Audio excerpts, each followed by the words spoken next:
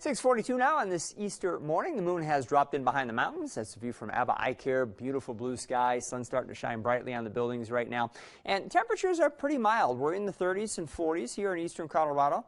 Until you get well away from the mountains, then we drop off into the 20s over the northeastern part of the state. And we have a mixture of 20s and 30s over the mountains and mountain valleys. And while there are some breezy pockets out there this morning, the wind isn't all that bad right now. Futurecast as we move into the afternoon suggests maybe a shower breaks out near the Kansas state line and maybe a couple of flurries are flying across Rocky Mountain National Park. For the rest of us, that is not going to be a concern.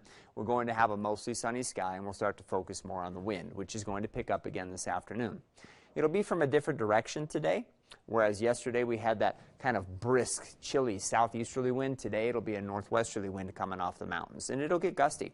Futurecast is showing wind gusts pretty routinely running between about 20 and maybe as high as 35 miles an hour through the afternoon over near the mountains. Won't be quite that strong farther east, but you'll have enough of it.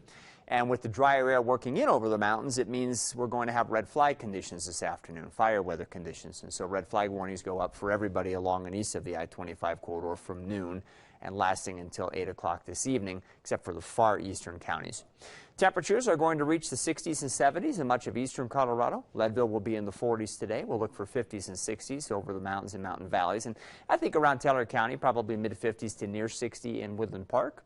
Again, northwesterly wind should be gusting between 20 and 30 miles an hour on occasion. I think from downtown Colorado Springs southward, we'll likely hit the lower 70s. North side of town probably stays in the 60s today. A lot of 70s along the Arkansas River from Canyon City eastward through Pueblo.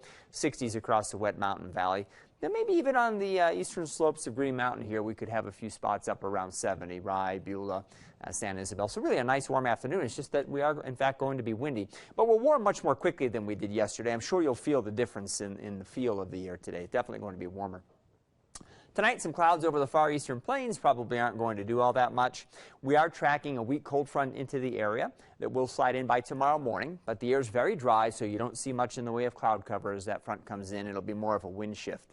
And it might be a little bit cooler tomorrow morning than this morning with temperatures in the 30s in most cases in eastern Colorado. Lyman, Burlington might dip a little bit farther, just being that they're a little bit farther behind that new cold front coming in.